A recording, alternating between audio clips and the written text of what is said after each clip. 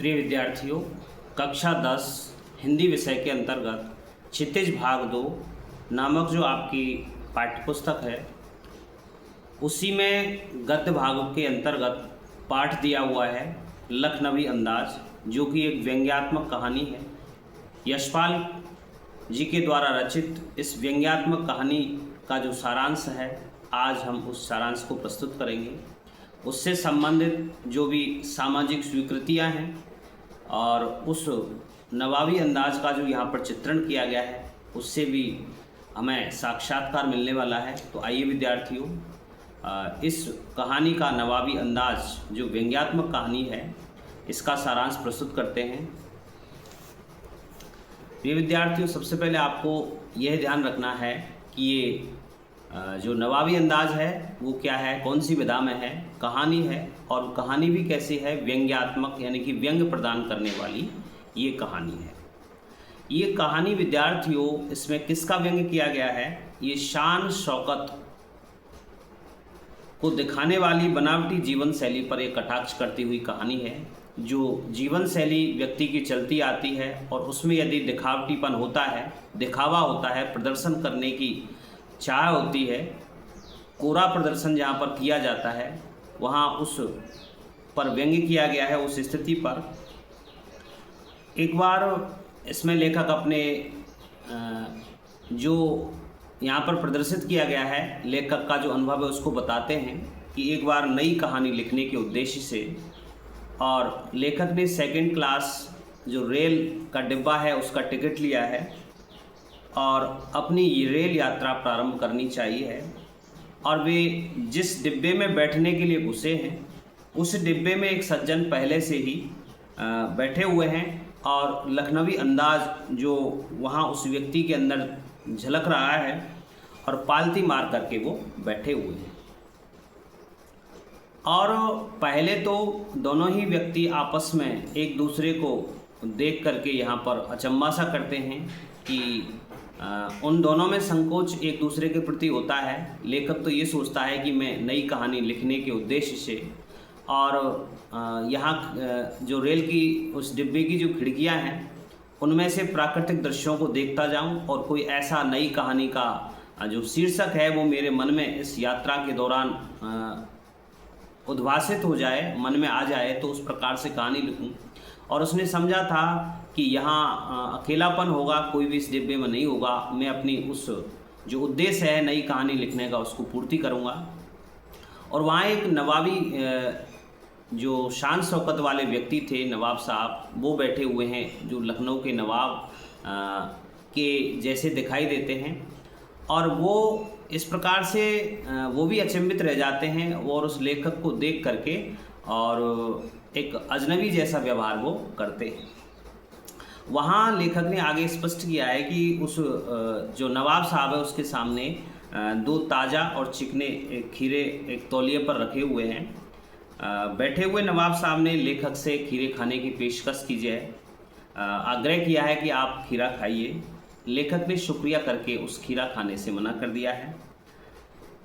अब इस प्रकार की जो स्थिति उत्पन्न हुई है, उसके बाद में नवाब साहब ने अपनी तौलिया बिछाई है और उन खीरों को काटने का दौर है जो शुरू किया है। फिर एक एक फाँक उठाकर होठों तक वो ले गए हैं। उससे पहले उन्होंने उन खीरों में पहले तो पहुँचा उन खीरों को और पहुँच करके तौलिए पर बिछा करके उनको काटा है और उसमें नमक मिर्च मिला करके अलग अलग फाँकें की हैं। और इसी प्रकार से उसने भांप लिया कि लेखक जो सामने वाला व्यक्ति है वो खीरे नहीं खाना चाहता, तो वो धीरे धीरे उन खीरों को होठों तक ले गए हैं और उनको सूंघा है और सूंघ करके और एक एक जो फाँक है, एक एक जो टुकड़ा है उन खीरों का, वो धीरे धीरे रेलगाड़ी की जो खिड़की है, उस डिब्बे की जो खिड़की है, उससे वो एक एक टुकड़े को, एक एक फाँक को फेंक देते हैं। फिर गर्व से और लेखक की ओर देखते हैं, मानो कह रहे हों कि यह है खानदानी रईसों का खीरा खाने का तरीका। इसके बाद नवाब साहब ने जोरदार डकार ली है। खीरा खाया नहीं है, फिर भी उन्होंने डकार लिए कि हमारा जो पेट है वो भर चुका है। इस प्रकार से जो दिखावा प्रदर्शन है वो करते हैं। वे लेखक की ओर देख करके बोलते हैं कि खीरा लजीज होता है, अर्थात खीरा स्वादिष्ट होता है। लेकिन मेदे पर बोझ डाल देता है, यानी कि आमाशय जो होता है उस पर ये बोझ डालने का काम करता है। नवाब साहब की बात सुनकर लेखक को नई कहानी लिखने का जो विचार है वो मिल गया है। अब विद्यार्थियों, यहाँ इस इतनी जो पाठ की जो इस कहानी की जो सार है उसमें स्पष्टीकरण दिया जा सकता है कि नवाब जो साहब हैं वो खानदानी रईस स्वयं को बताकर अपना प्रभाव जमाना चाहते हैं।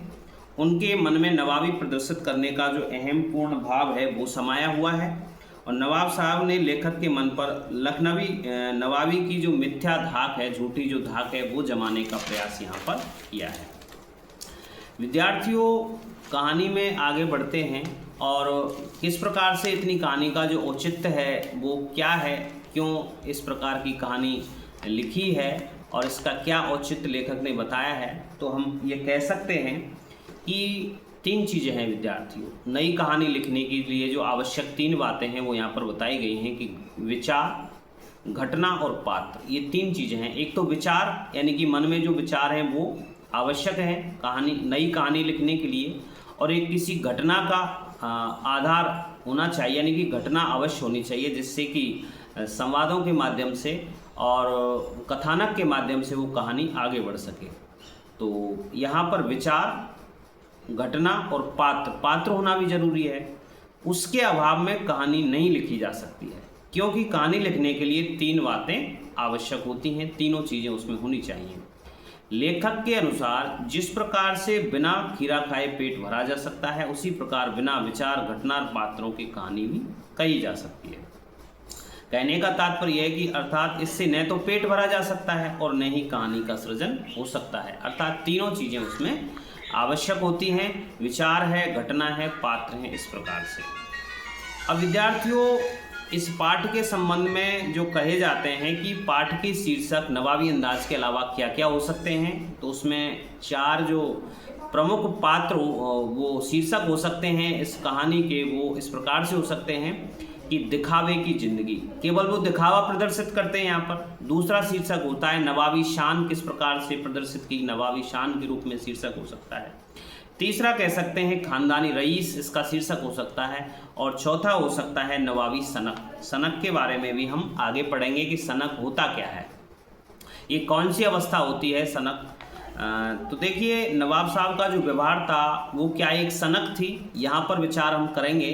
तो इस संबंध में कहना ये है कि जो नवाब वर्ग है वो हमेशा ही शौक मिजाज रहा है, शौकीन का मिजाज उसका रहा है, शौकीन का होने का जो स्वभाव है उसका रहा है, और ये सनकी रहा है हमेशा से। अब इसका एक उदाहरण यहाँ पर दिया जा सकता है कि इतिहास में देखने को मिलता है, जो एक लखनऊ के नवाब थे वाजिद अली शाह, वो क्या है, उन पर जब आक्रमणकारी उनको गिरफ्तार करने के लिए आए थे तो वे अपने पलंग पर लेटे हुए थे, और वो पलंग पर से उस समय जब आक्रमणकारी उनको गिरफ्तार करने आया है तो वो नवाबी जो सनक थी उनमें सवार, उसके अनुसार उनसे लड़ नहीं पाए थे, क्योंकि उस वक्त उन्हें जूते पहनाने वाला कोई नहीं था, क्योंकि उसके सामने नौकर रहते थे नवाबों की जो शान थी उसके अनुसार। तो उस समय जब वो उस पलंग पर पड़े हुए थे तो कोई भी वहाँ पर और जूते पहनाने वाला नौकर नहीं था, और न ही तलवार उठा करके देने वाला कोई नौकर भी उनके पास था। तो एक प्रकार की सनक है, उन नवाबों में इस प्रकार की दिखावा करने की जो प्रवृत्ति है वो उसमें पाई जाती है। तो यहाँ विद्यार्थियों, सनक को हम कह सकते हैं एक तरह से धुन कह सकते हैं, पागलपन उसको कह सकते हैं। प्रिय विद्यार्थियों, सनक जो होती है वो नकारात्मक भी हो सकती है और सकारात्मक भी होती है, क्योंकि जो सकारात्मक प्रभाव है वो हमने देखे कि जो देश के स्वतंत्रता सेनानी हैं वो अपने देश को आज़ाद कराने के लिए वो सनक सवार उनके हो जाती थी, धुन सवार हो जाती थी, और वो विभिन्न प्रकार के कार्यों के द्वारा, कर्तव्यों के द्वारा ऐसी अलग जगाते थे दुनिया भर में अपने देशवासियों के मन में, और वो उस कार्य को करने के लिए इतने जागरूक हो जाते थे कि ये तो एक प्रकार की ये जो सनक है, ये धुन है, वो सकारात्मक सनक कही जा सकती है। अब एक दूसरी सनक का रूप ये भी हो सकता है कि किसी दूसरी भाषा को हमें सीखना है और दूसरी भाषा को सीख करके उसमें पारंगत होना है, उसमें चतुराई हासिल करनी है उस भाषा को सीखने के लिए। लेकिन इस प्रकार जब व्यक्ति अभ्यास करता है, जिस प्रकार से हिंदी में कहा भी गया है कि करत करत अभ्यास के जड़ मत होत सुजान, रसरी आवत जाते सिल पर परत निशान। तो यहाँ पर वो सनक जो है वो यदि सकारात्मक रूप में होती है तो कोई भी व्यक्ति किसी भी कैसी भी भाषा को अपने निरंतर अभ्यास से सीख सकता है। तो यहाँ सन की लोगों की पहचान क्या हो सकती है कि सन की जो लोग होते हैं ये नेगेटिव रूप में, नकारात्मक रूप में भी यहाँ पर प्रस्तुत किए जा सकते हैं। कि एक तो बताया हमने आपको कुछ सकारात्मक व्यक्ति लिए हुए ये व्यक्ति हो सकते हैं और एक नकारात्मक व्यक्ति भी हो सकते हैं। अब ऐसे व्यक्तियों की पहचान क्या है कि इनकी जो आदतें हैं, विचारधाराएं हैं, वो अजीब गरीब होती हैं, दुनिया से हट कर के चलते हैं और इनको देख करके, इनके कार्यों को देख करके अचंभा सा होता है। तो इनकी जो आदतें हैं सन की लोगों की, वो आदतें, विचारधारा अजीबो-गरीब प्रकार की होती है। अब यहाँ पर जो नवाब साहब विद्यार्थियों आया है वो किसका प्रतिनिधित्व करता है, इस पर हम विस्तार से चर्चा करते हैं। क्योंकि ये जो पाठ का जो लक्ष्य है और पाठ का जो प्रमुख पात्र है नवाब साहब, लखनवी जो नवाब हैं, तो वो किस चीज़ का प्रतिनिधित्व करते हैं, उनको देख करके, उनके आचार विचार, उनके व्यवहार को देख करके हम क्या क्या स्पष्ट कर सकते हैं। तो यहाँ पर विद्यार्थियों दिया हुआ है कि पतनशील जो सामंती वर्ग है उसका वो प्रतिनिधि माने जाते हैं। पतनशील जिनका धीरे धीरे पतन हो गया, ऐसे सामंती वर्ग पर हम आगे चर्चा करेंगे। तो सामंती वर्ग जो है उसके प्रतिनिधि होते हैं। विद्यार्थियों, ये जो जीवन है सामंती वर्ग का, वो जीवन की जो वास्तविकता है उससे तो वे बेखबर रहते हैं, लेकिन बनावटी जीवन शैली के वो आदी हो जाते हैं। विद्यार्थियों, सामंत वर्ग क्या है, इस पर हम थोड़ी सी दृष्टि डालते हैं। क्योंकि जो शीर्षक है, जो नवाब साहब हैं, वो उसी सामंती वर्ग के प्रतिनिधि कहे जाते हैं, जो कि पतनशील प्रवृत्ति कही जा सकती है। तो सामंत वर्ग की ओर जब हम देखते हैं तो मध्यकालीन जो यूरोप है और इंग्लैंड है, उनमें पाए जाने वाला एक सामाजिक और राजनीतिक ढांचा था। इसमें जो भूमि का जो स्वामित्व है वो एक छोटे से शासक वर्ग के पास होता था और किसान सुरक्षा और अन्य सुविधाओं के लिए के बदले में उस भूमि पर काम करते थे। सामंतवाद में सत्ता कुछ ही लोगों पर के हाथ में वितरित होती थी। इस व्यवस्था में एक तो होता था राजा, जो सर्वोच्च पद पर आसीन होता था। सबसे ऊंचा सामंती वर्ग में, सामंती समाज में जो उच्च पद की स्थिति होती थी वो राजा की होती थी और भूमि का स्वामी वो कहा जाता था। अब दूसरे स्थान पर राजा के अलावा आते थे कुलीन वर्ग, जिसमें कि राजा है, राजकुमार हैं, राजकुमारियां हैं और पुजारी वर्ग इसमें कुलीन वर्ग में आता था। तीसरा होता था किसान, जो कि क्या काम करता था उन राजा के लिए और सेना को व्यवस्थित करता था। उसके बदले में जो राजा था उनके लिए भूमि दे देता था, लेकिन उस भूमि को बेचने आदि का अधिकार उस किसान के पास नहीं था। अब ये जो कुलीन वर्ग हैं, राजकुमार हैं, राजकुमारियां हैं और जो पुजारी हैं, वो ये वर्ग भी क्या करता है, किसानों के बीच जमीन को फिर से बांट देता है।